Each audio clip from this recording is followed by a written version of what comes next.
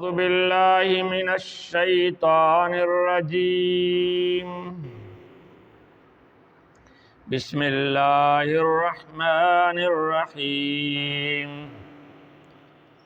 إنا نحن نزلنا الذكر وإنا له لحافظون صدق اللہ العظیم۔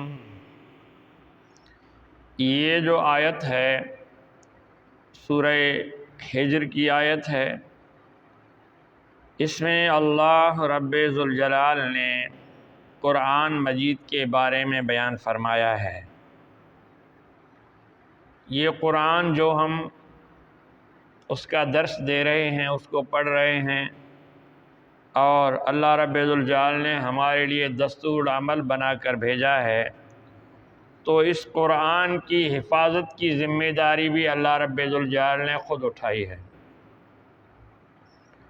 اس سے پہلے اللہ نے جتنی کتابیں نازل فرمائی تھیں، اس وقت کے نبی اور اس کی امت کو اللہ نے حکم دیا تم ان کی حفاظت کرنا، اور اپنی اولاد کو بھی کہنا کہ اس کی حفاظت کیا کرے۔ تو پھر انہوں نے ان میں رد و بدل کیا، تبدیلی آ گئی، باقاعدہ بڑی بڑی تبدیلیاں آ گئیں۔ انہوں نے ان کی حفاظت نہیں کی اور اپنے قول سے پھر گئے۔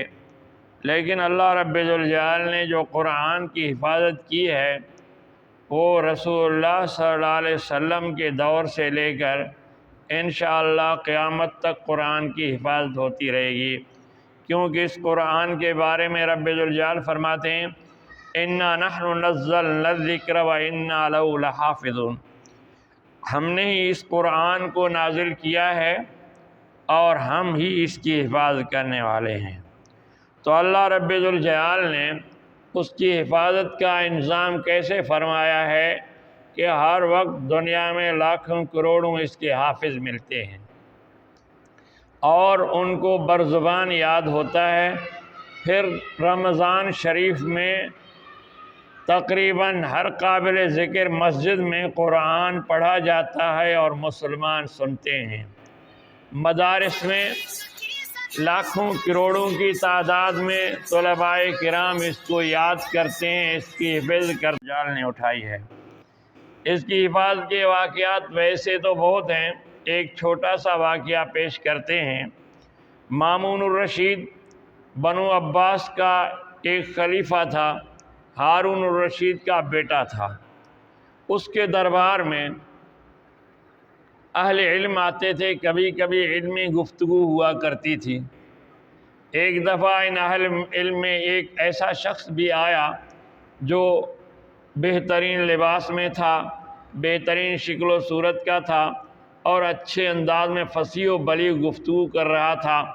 اس گفتگو سے لوگ متاثر ہو گئے، ہارون الرشید بھی متاثر ہو گیا۔ تو گفتگو مجلس برخاست ہونے گفتگو کے بعد مامون الرشید نے اس سے پوچھا کیا تو اسرائیلی ہے، بنی اسرائیلی ہے؟ اس نے کہا ہاں، یعنی بنی اسرائیلی خود کو یہودی کہتے ہیں۔ تو اس نے کہا ہاں۔ تو مامون الرشید نے کہا کہ آپ دیکھو کیسے علمی گفتگو کرتے ہیں دلائل کے ساتھ، آپ مسلمان ہو جائیں۔ اس نے کہا نہیں، میں تو اپنے دین پر قائم رہوں گا اور میں مسلمان نہیں ہوں گا، کیونکہ میں اپنے دین کو حق پر سمجھتا ہوں۔ وہ چلا گیا۔ اب وہ چلا گیا، ایک سال کے بعد دوبارہ آ گیا، تو اچھے لباس میں بہترین انداز میں وہی کر و فر تھا اس کا، اور آ کے جو ہے تو مامون الرشید کو سلام کیا اور پھر گفتگو کی۔ تو اب جو ہے تو اسلام کے بارے میں بڑے اس نے دلائل دیے، اسلام کی حقانیت بیان کی۔ تو مامون نے اس سے پوچھا کیا تو مسلمان ہو گیا ہے؟ کہا ہاں میں مسلمان ہو گیا ہوں۔ کہا ایک سال پہلے میں نے آپ کو دعوت دی تھی، آپ نے انکار کر دیا تھا، اب کیسے آپ مسلمان ہو گئے؟ تو اس نے کہا کہ جب آپ نے دعوت دی تو میں نے سوچا اسلام کو بھی دیکھوں، قرآن کو بھی دیکھوں۔ میں کاتب ہوں، خوش نویس ہوں، یعنی میری لکھائی بہت اچھی ہے، قیمتی کتابیں اور جو ہے تو اچھی اچھی چیزیں میں لکھتا ہوں، فروخت کرتا ہوں اور مجھے آمدنی خاصی ہو جاتی ہے۔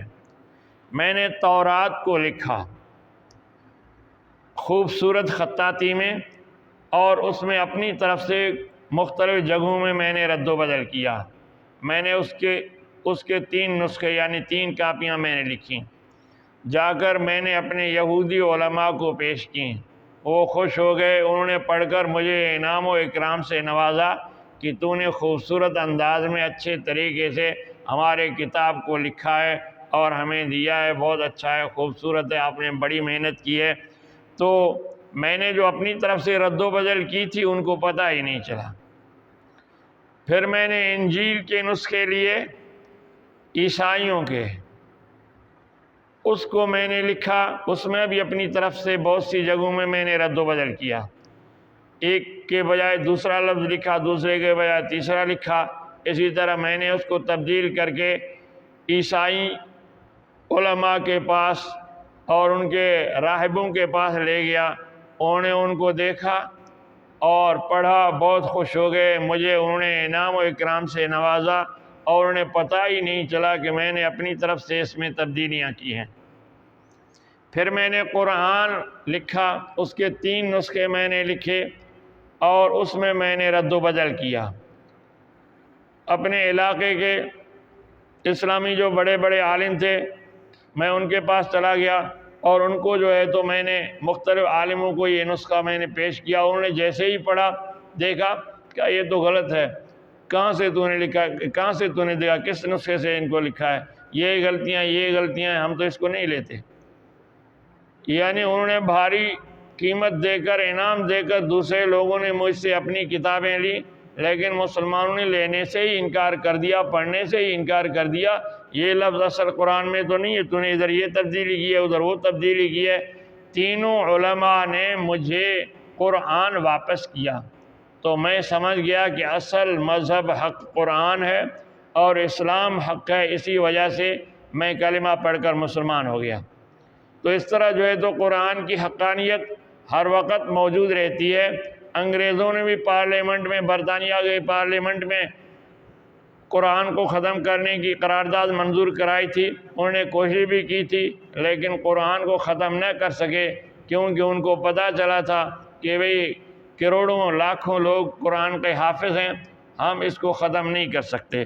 تو اس طرح جو ہے تو اللہ نے قیامت تک قرآن کی حفاظت کی ذمہ داری اٹھائی ہے، اور اللہ اس کی حفاظت حافظوں کے ذریعے، علماء کے ذریعے کرتا ہے، اور مختلف مدارسوں میں، مسجدوں میں، خانقاہوں میں اس قرآن کو یاد کیا جاتا ہے اور پڑھا جاتا ہے۔ خود یہ مامون الرشید قرآن کو مخلوق سمجھتا تھا، یعنی مخلوق جیسے فنا ہو جائے تو کہا یہ قرآن بھی فنا ہو جائے گا، لیکن علماء کہتے تھے نہیں، یہ قرآن قدیم ہے، یعنی اللہ کا کلام ہے، یہ مخلوق نہیں ہے، یہ فانی نہیں ہو سکتا، یہ ختم نہیں ہو سکتا جب تک کہ اللہ تعالیٰ خود اس کو نہ اٹھا لے، خود ختم نہ کر لے۔ تو علماء آتے تھے، بحث کرتے تھے، مامون رشید کے ذہن میں بات نہیں بیٹھتی تھی۔ تو ایک دفعہ ایک میراثی جو لطیفے سنانے والے ہوتے ہیں، لوگوں کو ہنساتے ہیں، پیسے لیتے ہیں، جن کو لوگ بھانڈ بھی بولتے ہیں، آج کل ان کو لوگ فنی جو ہے تو ایکٹر کہتے ہیں۔ تو یہ فنی تھا، ایک دفعہ وہ روتا ہوا آیا، چیختا چلاتا ہوا آیا اور مامون رشید کے دربار میں۔ تو مامون رشید دربار میں بیٹھے تھے، کہا کیا ہوا، مسئلہ کیا ہے؟ اس نے کہا بس بات نہ پوچھ، بڑے صدمے کی بات ہے، غم کی بات ہے۔ کہا کیا ہوا؟ کہا قرآن مر گیا۔ کہا ہاں قرآن مر گیا؟ کہا قرآن بھی مر سکتا ہے؟ کیسے مر سکتا ہے؟ کہا مخلوق ہے، مخلوق کو اللہ تعالیٰ فرماتے ہیں جو بھی مخلوق ہے وہ فانی ہے، یہ قرآن بھی مخلوق ہے، مر گیا۔ اب رمضان میں قرآن کون پڑھے گا؟ اب مسجد میں قرآن کون پڑھے گا؟ اب مدرسوں میں قرآن کون پڑھے گا؟ اب تو قرآن مر گیا۔ تو اس نے کہا بیوقوف، قرآن بھی مر سکتا ہے؟ کیسے مر گیا؟ تو کہا آپ خود ہی کہتے ہیں کہ یہ مخلوق ہے، بس مر گیا۔ مخلوق تو مرتی ہے، جو پیدا اللہ کرتا ہے وہ مرتا ہے، جو ہے تو یہ تو آپ خود کہتے ہیں قرآن مخلوق ہے، قدیم نہیں ہے۔ تو یہ بات اس کی سمجھ میں آ گئی۔ تو جو ہے تو اللہ نے جو ہے تو اس سے بھی بڑا کام لیا، ایک مزاحیہ فنکار سے اور ایک مزاحیہ ایکٹر سے، کہ جس نے جو ہے تو مامون الرشید کو یہ سمجھا دیا کہ قرآن جو ہے تو مخلوق نہیں ہے بلکہ یہ قدیم ہے، یہ اللہ کی صفت ہے، یہ قرآن ختم نہیں ہو سکتا جب تک کہ اللہ تعالیٰ خود اس کو نہ اٹھا لے۔ اللہ تعالیٰ ہمیں قرآن پڑھنے اور اس پر عمل کرنے کی توفیق عطا فرمائے۔ وآخر دعوانا